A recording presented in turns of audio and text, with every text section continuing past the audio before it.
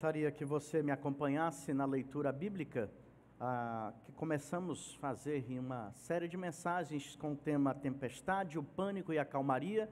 Hoje vamos estar falando sobre o pânico. Na realidade, vamos falar sobre os efeitos que o pânico pode causar em você diante das tempestades da vida. Eu gostaria que você abrisse a sua Bíblia, se você puder, nesse momento, no Evangelho de Marcos, no capítulo 4. Eu gostaria de ler dos versículos 35 ao versículo de número 41. Marcos capítulo 4, versículos 35 ao versículo de número 41. Diz assim a palavra do Senhor: Naquele dia, ao anoitecer, disse ele aos seus discípulos: Vamos atravessar para o outro lado. Vamos atravessar para o outro lado. E deixando a multidão, eles o levaram no barco assim como estava. Outros barcos também o acompanhavam. E levantou-se um forte vendaval, e as ondas se lançavam sobre o barco de forma que este foi se enchendo de água. Jesus estava na popa, dormindo com a cabeça sobre um travesseiro. Os discípulos o acordaram e clamaram: Mestre, não te importa que morramos? Ele se levantou, repreendeu o vento e disse ao mar: Aquiete-se, acalme-se. E o vento se aquietou e fez completa bonança. Então ele perguntou aos seus discípulos: Por que vocês estão com tanto medo?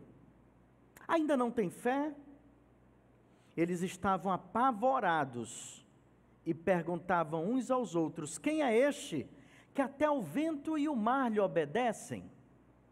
Maravilhoso trecho das Escrituras, não é? Olha, depois de ouvir falar sobre as tempestades e agora podermos falar sobre o pânico, eu continuo cada vez mais maravilhado com esse trecho bíblico presente no Evangelho de Marcos, no capítulo 4, nessa passagem, nesses versículos que nós acabamos de ler. Eu tive a oportunidade de, durante uma parte do meu ministério, que já vai completar 18 anos em breve, eu tive o grande privilégio, além de oportunidade, de fazer parte de uma organização missionária. Fui diretor de uma organização missionária durante algum tempo, que fazia viagens missionárias pelas comunidades ribeirinhas no interior do Amazonas. Também construía igrejas, também fazia projetos missionários, dentre eles também formação de liderança, formação de líderes por onde nós passávamos. Foi um tempo maravilhoso na minha vida. Eu sempre quis ter contato com essa realidade missionária e com o trabalho que seria feito e também com a realidade do povo ribeirinho. Eu sempre tive esse sonho e Deus um dia me permitiu isso dirigindo uma organização missionária. É bem certo que quando fazíamos as nossas viagens missionárias, tínhamos um barco muito bem equipado, um barco que foi mandado ser construído, mas o fato é que lembro, e não somente uma ou duas vezes, dos momentos em que, em várias viagens missionárias, saíamos com um tempo muito bom pelos rios do Amazonas, e sempre escolhíamos um determinado município para alcançar não a cidade em si, mas todas as comunidades ao redor desse município. E saíamos geralmente bem cedo, logo após o café da manhã, mas não era garantia que mesmo com um tempo bonito, o sol forte e um céu totalmente claro, não era garantia de que não enfrentaríamos alguma forte chuva, alguma tempestade no decorrer do dia. E isso aconteceu por várias vezes, a tal ponto de que eu me lembro bem de que algumas tempestades que nós pegávamos no meio dos rios, nós éramos obrigados, o piloto do nosso barco era obrigado a procurar uma margem, procurar uma porção de terra ou de árvores que pudesse atracar, como dizemos aqui no Amazonas, aportar o barco até que a chuva passasse, até que aquela tempestade se acalmasse.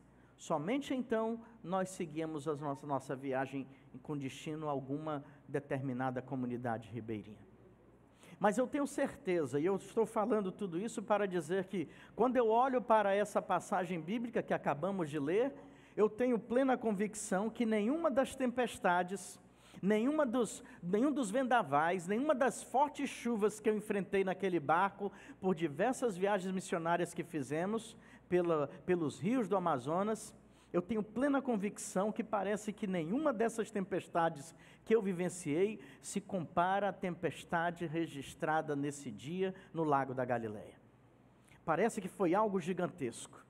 Eu li algo a respeito sobre as tempestades que costumam acontecer, que costumavam não somente, mas que acostumam ainda acontecer no Lago da Galileia, que hoje é chamado de An Kinneret, né? Que na nossa tradução seria o Lago da Harpa, porque o Lago da Galileia, eu não sei se você teve a oportunidade de ver o Lago da Galileia em um mapa, ele tem o formato muito semelhante a de uma harpa, por isso que os judeus chamam de o Lago da Harpa. Então, até hoje, existem indícios de fortes tempestades que acontecem naquela região, especificamente naquele lago. Aquela tempestade desse dia que foi narrado, ou melhor, dessa noite que foi narrado pelo evangelista Marcos, talvez tenha sido uma tempestade que nunca tenha sido vista até então pelos discípulos de Jesus. Quero lembrar você que pelo menos 3 ou 4 dos discípulos que estavam naquela embarcação com Jesus eram pescadores, atuavam no Lago da Galileia, mas ficaram assustados com a tempestade que viram naquele dia. Ou melhor, vou mudar o termo, eles ficaram em pânico. O pânico pode ser traduzido por várias passagens que nós encontramos nesse trecho lido.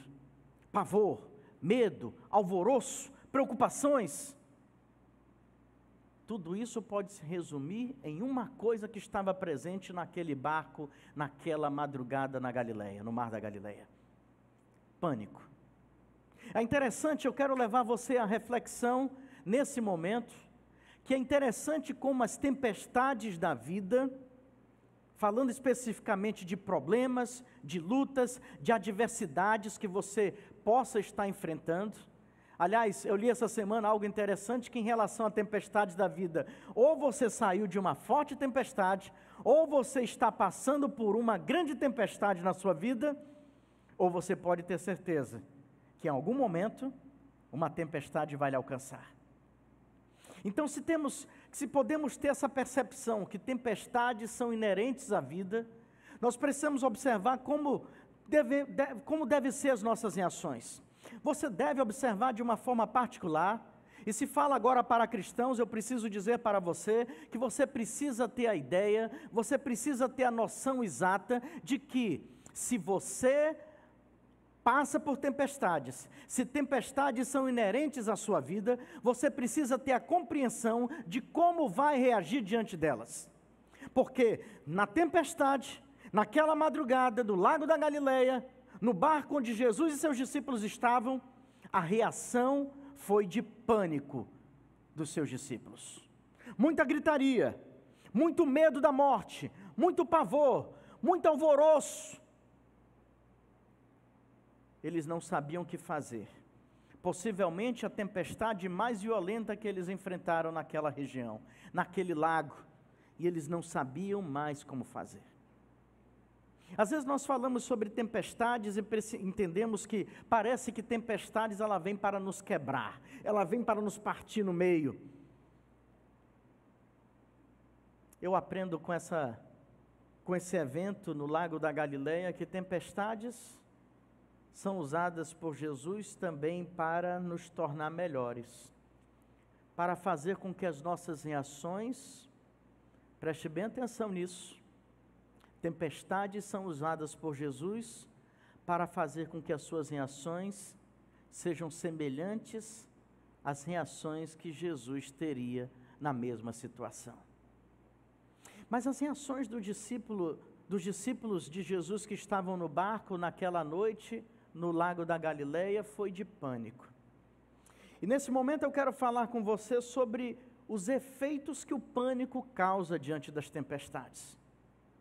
E quando eu falei há pouco que Jesus usa as tempestades para tentar melhorar as nossas reações e fazer com que nós possamos reagir diante das tempestades de uma forma que Jesus reagiria, nós vamos observar que Jesus estava reagindo naquela tempestade de um jeito totalmente diferente que era a reação, ou que eram as reações dos discípulos que estavam com ele.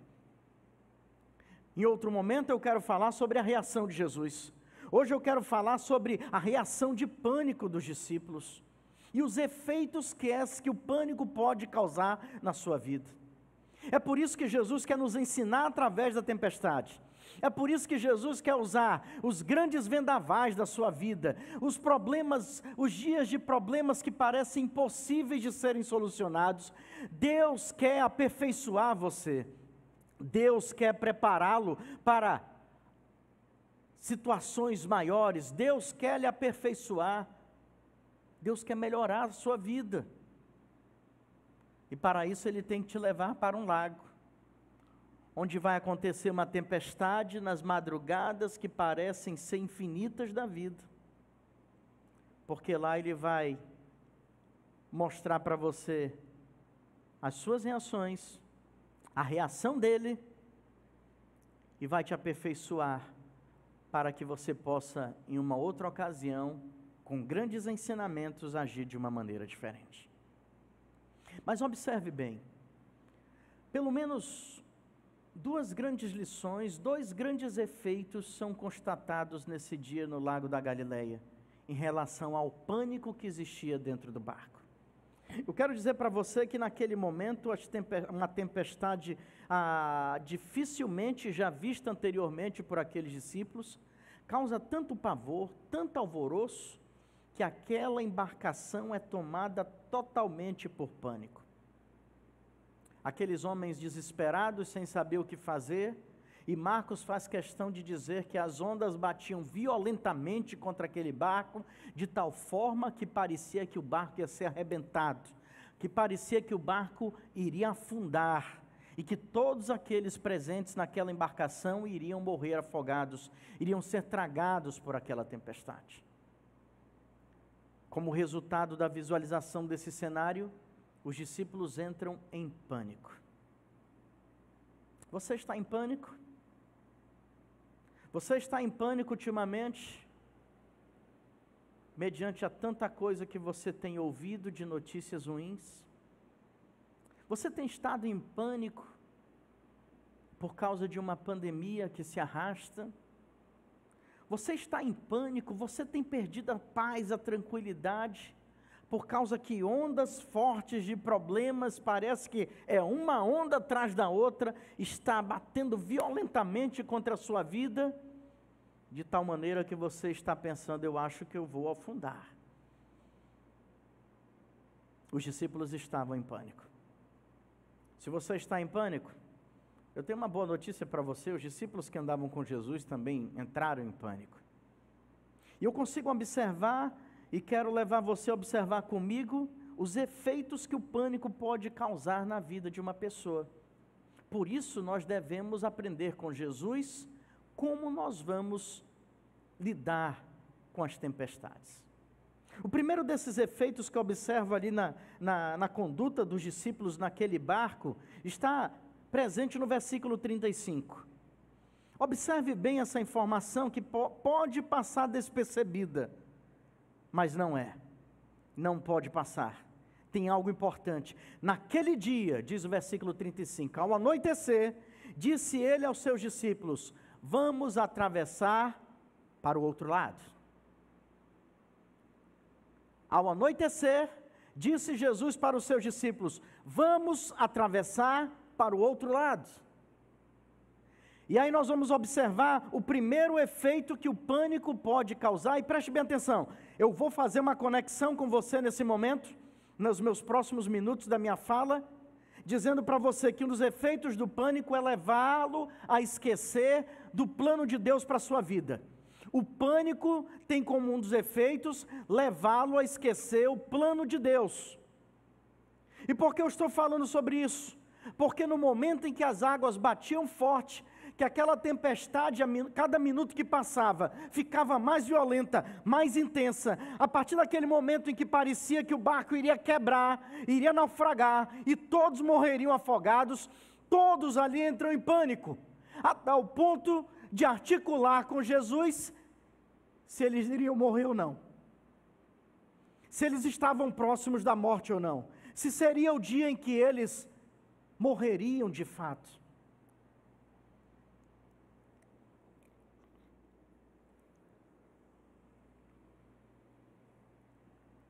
Mas uma coisa importante eu perguntar para você agora. Você observou com atenção o que foi que Jesus disse para eles antes mesmo de eles entrarem para o barco? Vou repetir. Você observou com atenção o que foi que Jesus disse para eles antes mesmo de eles entrarem no barco? Versículo 35. Disse ele aos seus discípulos: vamos atravessar para o outro lado. Vamos atravessar para o outro lado. Jesus apontou um destino, Jesus deu uma direção, Jesus deu um comando. Eu falei na semana, em outra mensagem, que mesmo sob obediência eles enfrentaram uma tempestade, mas eu quero levar agora o seu pensamento a focar nessa expressão dada por Jesus: vamos atravessar para o outro lado. Vamos atravessar para o outro lado. Isso foi dito por Jesus antes de qualquer um dos discípulos terem pisado no barco. Eles entraram no barco por ordem de Jesus. Eles entraram no barco com uma direção, com um destino dado por Jesus. Vamos atravessar para o outro lado. Preste bem atenção nisso. Foi Jesus que ordenou que eles entrassem naquele barco. Foi Jesus que deu a direção para eles. Havia um plano de Jesus naquele dia para seus discípulos. Era chegar à outra margem do lago da Galileia. Seria possivelmente uma navegação que ocuparia a madrugada inteira. Eles possivelmente chegariam pela manhã na outra margem do lago da Galileia. Mas havia um comando, havia uma ordem, havia um destino, havia um plano. Você não entendeu? Existe um plano de Deus para a sua vida, independente da tempestade que você esteja passando. Vamos para o outro lado. Obedeçam-me, entrem no barco. A direção é essa, o barco é esse, a rota é essa.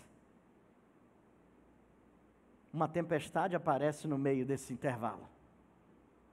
Mas o plano de Deus é que chegariam na outra margem. Existe um plano de Deus para a sua vida. A questão é quando o pânico toma você durante as tempestades que você enfrenta, e você é levado a esquecer esse plano bendito. Você é levado a abandonar a ideia principal de Cristo para a sua vida.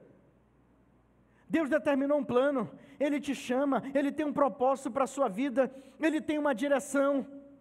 Ele não disse que não teriam tempestades durante esse processo. Você está me entendendo? Existia um plano do mestre, era chegar na outra margem. Você já viu algum plano de Deus, o qual Ele determinou que não se cumpriu? Qual foi a fala de Jó? Depois de um profundo e mais íntimo relacionamento com Deus: nenhum dos teus planos podem ser frustrados. Se Jesus tinha um plano com seus discípulos, que era chegar até a outra margem do lago da Galileia, esse plano iria se cumprir. Mas o pânico que tomou conta da vida dos discípulos levou aqueles homens a esquecerem esse plano. Eles agora estavam tomados pelo pavor, eles agora estavam totalmente tragados pelo medo, eles agora estavam pensando que iriam morrer, estavam preocupados com a morte. Mas o plano de Deus naquela madrugada não passava pela morte, passava pela chegada ao outro lado da margem, porque ali haveria uma missão, e uma missão libertadora de Jesus Cristo diante de um endemoniado. O plano de Jesus era um, mas o pânico que invadiu a mente e os corações dos seus discípulos, levou aqueles homens a esquecerem o plano de Deus para as suas vidas. E levou aqueles discípulos a esquecerem o plano de Jesus. Agora preste bem atenção. O questionamento daqueles discípulos tomados por pânico era o seguinte: Senhor, nós vamos morrer agora? Agora observe bem. Olha como o pânico cega o seu entendimento. Olha como o pânico atrapalha, lhe embaça o plano de Deus para a sua vida. Jesus tinha acabado de escolher os seus discípulos, escolhido de uma forma muito precisa, como resultado de oração, como resultado de entendimento de que a partir de um grupo de homens seletos, Deus usaria, Jesus os ensinaria, e depois Deus os usaria para que o Evangelho se espalhasse por todo o mundo, esse Evangelho que chegou até nós hoje. Esse era o plano de Jesus, esse era o plano principal de Deus em relação aos seus discípulos. Jesus tinha acabado de escolher seus discípulos, Jesus tinha colocado eles dentro daquele barco, Jesus tinha apontado uma direção e dado uma ordem, mas para os seus discípulos agora, totalmente cegos por causa de uma tempestade, eles esquecem totalmente o plano de Jesus. Olha só, Jesus não disse para os seus discípulos: vamos para o meio do lago e nos afogaremos. O plano de Jesus era: vamos para o outro lado. Vamos para o outro lado. Vamos atravessar até o outro lado. Jesus não convidou os seus discípulos para naufragar. Ele convidou os seus discípulos para navegar com ele e continuar a sua missão na terra, continuar a sua missão na região da Galileia. Foi para isso que Deus chamou seus discípulos. Ele não chamou seus discípulos para afundar. Mas a primeira coisa que veio à mente na cabeça dos discípulos é que eles morreriam. Eu lanço mão das palavras de uma frase de A.W. Tozer que ele diz: o que vem à nossa mente quando pensamos em Deus é a coisa mais importante sobre nós.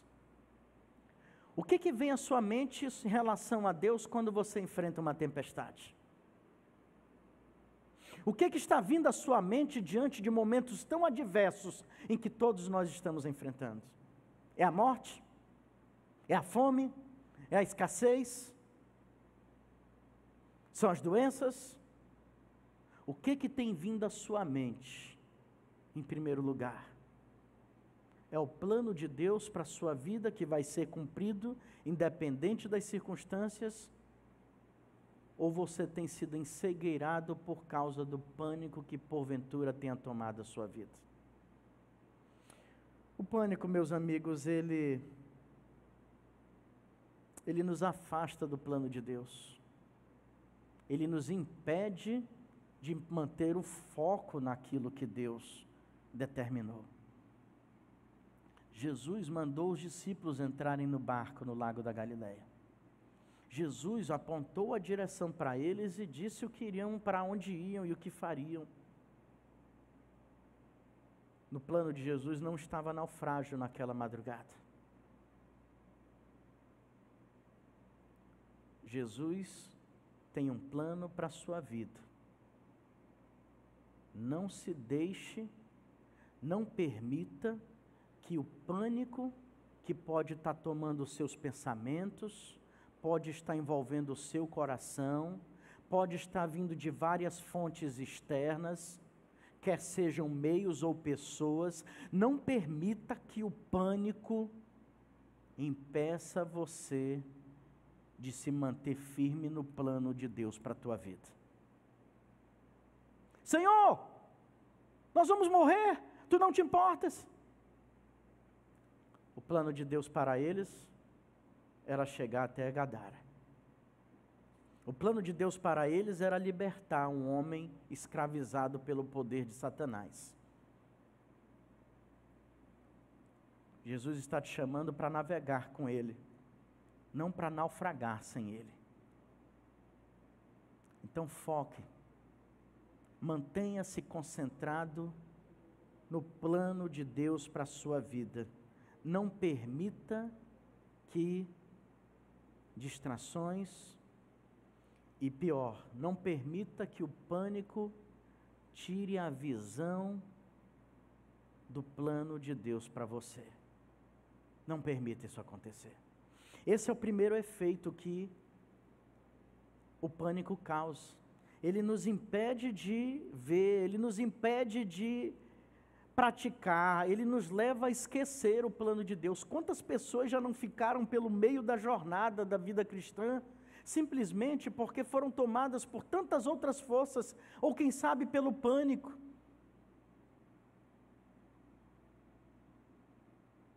E deixaram de ver o plano tão especial que Deus tinha para as suas vidas. Não permita que isso aconteça com você.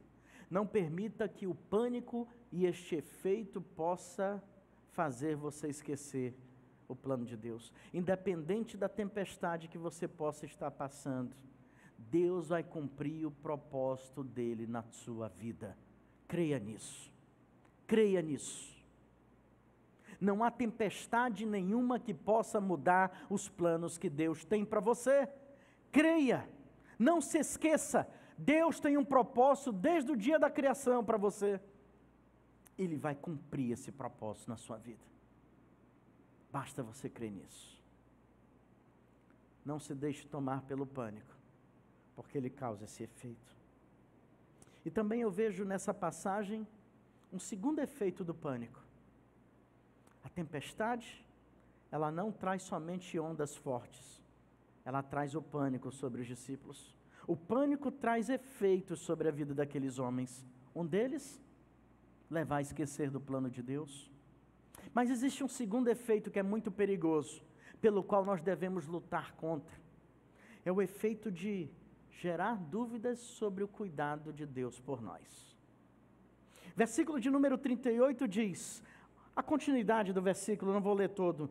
Os discípulos acordaram Jesus e clamaram, Mestre, não te importa que morramos? Os discípulos o acordaram e clamaram, Mestre, não te importa que morramos? Senhor, acorda! Senhor, desperta! Senhor, não é hora para dormir! Senhor, nós estamos tomados por pânico, nós vamos morrer, tu não te importas com isso? Aí você pode dizer agora, de uma forma, aí nos seus pensamentos, ou quem sabe onde você está, dizendo, mas pastor, quanto drama o senhor fez em relação à reação dos discípulos? Quão dramático o senhor foi agora em relação a isso? São as palavras que o texto mostra. O pavor, o medo, tudo em forma de um pânico instaurado dentro daquela embarcação, leva aqueles homens a gritarem por socorro, a clamarem, dizendo, mestre, não te importas que morramos? Olha a violência das ondas, olha a força dos ventos, olha a situação que está nossa embarcação cheia de água, Senhor, tu não te importas? Com tudo isso nós vamos morrer. E parece que Jesus estava indiferente.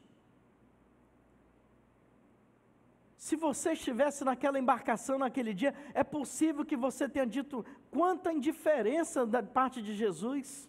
Jesus estava indiferente no meio daquela tempestade? Eu pergunto a você. Jesus estava indiferente em relação ao cuidado com seus discípulos? Mas o fato é que, quantas milhares de vezes, por centenas de ocasiões, eu, você, nós, não agimos de uma maneira semelhante à dos discípulos, tomados por pânico e reagindo da mesma forma que eles. Você já percebeu quanto essa pergunta dos discípulos apavorados se faz presente na sua vida? Senhor, não te importa que meu filho esteja doente? Senhor, não te importa, Senhor, que eu tenha perdido meu emprego? Senhor, não te importas, meu pai, que o meu cônjuge tenha me abandonado? Senhor, não te importas que eu não tenha mais dinheiro? Senhor, não te importas que eu queira desistir de viver? Senhor, não te importas que eu esteja desmoronando? Senhor, não te importas que eu esteja sozinho? Por quantas vezes nós não fazemos o mesmo clamor. Por quantas vezes nós não desesperadamente falamos da forma semelhante como os discípulos falaram com Jesus? Você consegue se encaixar? Não é drama, é realidade. Porque por quantas vezes nós não agimos semelhantemente? Senhor, Tu não estás te importando comigo? Senhor, olha como está a minha vida, Tu não te importas com isso? Agora deixa eu falar algo para você que é a cereja do bolo desta afirmação, deste questionamento dos discípulos. Os discípulos não sabiam que estariam deixando, através de uma reação de pânico, uma grande lição para você hoje. A palavra que eles usam, eu vou repetir a pergunta deles: Mestre, não te importa que morramos? Focalize-se agora somente na palavra importas. Ok? Pense somente nessa palavra nesse momento. Importas. Essa palavra, observe bem, essa palavra ela é repetida, ela aparece 10 vezes no Novo Testamento. A mesma palavra que os discípulos usaram nesse momento, durante a tempestade, tomados por pânico, ela aparece por 10 vezes em todo o Novo Testamento. Sendo que 8 dessas 10 vezes, ela aparece sempre com uma conotação negativa. Ou seja, ela vem semelhante com uma fala, com uma frase dita pelos discípulos do barco. Senhor, não te importas que morramos? Olha o sentido negativo da palavra, da frase. Não te importas, o Senhor, Tu não estás te importando. A ideia é uma conotação negativa da palavra se importar. A palavra se importar no grego tem o sentido de preocupar-se ou de se interessar por algo ou por alguém. Essa palavra, todas as 10 vezes que aparece no Novo Testamento, sempre está se referindo a falar sobre o bem-estar de alguém, bem-estar do outro.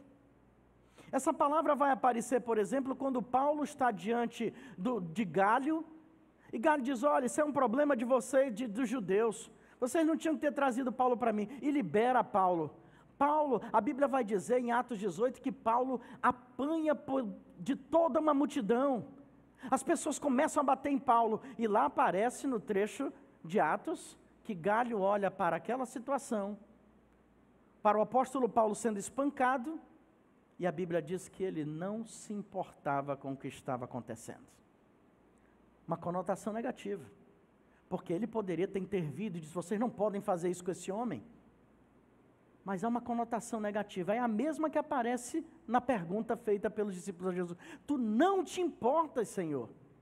A pergunta não é se ele se importava ou não. A pergunta já era quase direcionada: Senhor, Tu não te importas com a nossa possibilidade de morte? Das 10 vezes que essa palavra aparece no Novo Testamento, 8 ela tem uma conotação negativa. Mas em uma das duas, preste bem atenção nisso, em uma das únicas 2 vezes em que ela aparece de forma positiva, ela vai mostrar a resposta para essa pergunta dos discípulos. Um homem que certamente estava naquele barco, diante daquela tempestade, ondas violentas, ventos fortes, água tomando praticamente todo o navio. Um dos homens que estava com Jesus, naquela embarcação, naquela madrugada, que vivenciou de perto aquilo que estava acontecendo, alguns anos depois, vai escrever uma carta, para que ela fosse circular por vários cristãos de várias regiões. O nome desse homem? Pedro. E na sua primeira carta, no capítulo 5, no versículo 7, Pedro vai usar a mesma palavra que foi usada, quem sabe por ele, no dia em que aquele barco estava sobre uma tempestade. 1 Pedro 5,7. Lancem sobre ele toda a sua ansiedade, porque ele tem cuidado de você. Sabe a palavra cuidado, que eu acabei de falar para você, presente em 1 Pedro 5,7? É a mesma palavra que está presente em Marcos 4,38, dita pelos seus discípulos. Senhor, tu não te importas, tu não tem cuidados conosco, que estamos ameaçados pela morte. Senhor, tu não te interessa diante da ameaça, da nossa ameaça de morte. Senhor, tu não estás preocupado com isso? Preste atenção, Pedro pode ter sido essa pessoa que em coro, o coro dos em pânico, chegaram, sacudiram Jesus e disseram: Senhor, tu não estás incomodado, tu não estás preocupado, tu não tens cuidado pela nossa vida, Senhor, tu não te interessas pelo nosso bem-estar. É esse homem que depois de muito tempo, e de ver a reação de Jesus naquela embarcação, vai escrever e vai dizer para você, exatamente nesse momento: lance você sobre ele toda a sua ansiedade, lance sobre ele toda a sua preocupação, lance sobre ele toda a sua inquietação, lance sobre ele todo o seu medo. Preste atenção, lance sobre ele tudo que te preocupa, porque ele tem cuidado de você, ele se interessa por você, ele ama você, e ele não vai te abandonar na sua tempestade. O pânico causa um efeito terrível. Ele faz seguidores de Cristo a terem dúvidas sobre o cuidado de Deus por si mesmos. Você está em dúvida sobre Deus? Você está em crise com Deus nesse momento? Você pode estar dizendo: pastor, o senhor não sabe como está sendo a minha vida? Tantos problemas, tantas lutas, tantas perdas, tantas tristezas. O senhor não sabe o que está falando. Mas eu sei o que a palavra de Deus diz, eu sei o que a minha Bíblia diz. E ela diz para você o seguinte: que nessa tempestade, lance você sobre Jesus tudo que está te perturbando, porque Ele cuida de você, Ele se interessa por você, Ele protege você, Ele não vai deixar o barco da sua vida naufragar, porque Ele está com você. Você consegue compreender isso? Você consegue ver a dimensão disso? E é interessante que a palavra lancem, né, que Pedro usou, eu fiz foco da palavra importar, mas ele fala a palavra lancem sobre Jesus, lancem sobre ele. Vamos voltar para o barco, porque Pedro estava lá. Medo, pavor, preocupações, possibilidade de perda. Pedro estava nessa embarcação. Ele aprendeu que na hora da tempestade, a gente não tem que entrar em pânico. A gente tem que olhar para Jesus e dizer: Senhor, essas ondas estão muito fortes. Senhor, esses ventos estão violentos. Senhor, a estrutura da minha embarcação não está suportando. Então, Senhor, agora, todas essas forças que eu não estou mais aguentando, preste atenção o significado da palavra lançar, é empurrar. Pedro está dizendo: peguem todas essas forças contrárias e lancem, joguem, empurrem na direção de Jesus, porque Ele é forte e poderoso para repreender qualquer tempestade que você possa estar passando. Não se deixe tomar pelo pânico, porque quando nós somos tomados pelo pânico, pelas preocupações, pelas angústias, nós começamos a duvidar do cuidado de Deus e queremos começar a agir por conta própria. Preste atenção, hoje Deus está dizendo, joga para Ele tudo isso, porque Ele se importa, Ele se interessa e Ele vai cuidar de você. Os efeitos do pânico. Os efeitos do pânico nos levam a esquecer do plano de Deus. Os efeitos do pânico nos levam a duvidar que Deus cuida da gente. É possível que você esteja passando por uma grande provação, uma tempestade, como estamos usando o termo. E quem sabe na sua mente você está pensando, poxa, Jesus está dormindo. Eu quero concluir minhas palavras dizendo para você, não confunda o silêncio de Cristo com inatividade, porque Ele sempre vai estar cuidando de você.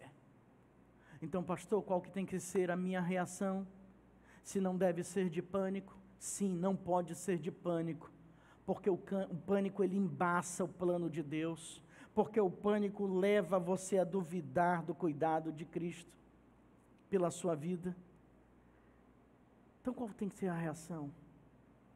Anime-se, não se desespere e jogue sobre Deus todas essas forças dessas tempestades.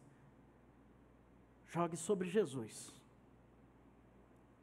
porque Ele se importa, porque Ele cuida, porque Ele se interessa por você. Eu tenho boas notícias terminando essa mensagem. É dizer para você que as tempestades da vida não nos suscitam por acaso. Alguns acreditam que tempestades na vida surgem somente para Deus nos disciplinar. Tempestades na vida também são usadas por Deus para te discipular, para te fazer aprender mais, para te levar para um outro nível. Pode ser que Deus esteja usando essa tempestade para você aprender que você deve lançar forças contrárias sobre ele, sentar na sua cadeira e descansar como Jesus estava descansando, porque Ele tem cuidado de você. Você pode repetir essa frase comigo? Porque Ele tem cuidado de você. Coloque a sua mão assim no seu peito, no seu coração e diga, porque Ele tem cuidado de mim. Essa tem que ser a sua declaração de fé dessa semana. Essa tem que ser a declaração de fé daqueles que enfrentam tempestades. Eu lanço sobre ele todas as forças contrárias da tempestade que eu estou passando, porque ele cuidará de mim. Que Deus abençoe a sua vida e que nessa tempestade que você possa estar enfrentando, você não se deixe tomar pelo pânico. Não esqueça do plano de Deus.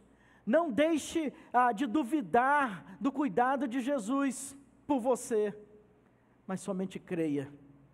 Acione o Mestre, sem pavor, porque Ele tem cuidado de você. Ele se interessa por você. Ele vai proteger você. Amém? Eu quero agradecer pela sua participação conosco nesse culto noturno.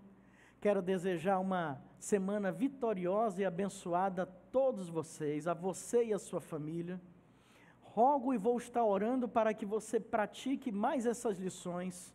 E se você está em pânico, estava em pânico, esse foi o último dia do pânico na sua vida, porque agora você vai confiar em Jesus, vai lançar sobre Ele todas as suas ansiedades, todas as suas inquietações, porque Ele se interessa por você. Eu quero orar com você nesse momento. E onde você estiver agora, se algo tem inquietado a sua alma, se existem preocupações que estão invadindo o seu ser, assim como aquelas águas invadiram aquele barco. Eu quero que você faça uma oração de confiança a Deus nesse momento. Eu quero que você ore comigo, lançando a Deus tudo aquilo que te inquieta. Desemprego, enfermidade, problemas familiares, questões financeiras, dificuldades relacionais, dúvidas profissionais, questões emocionais. Não importa a natureza do seu problema.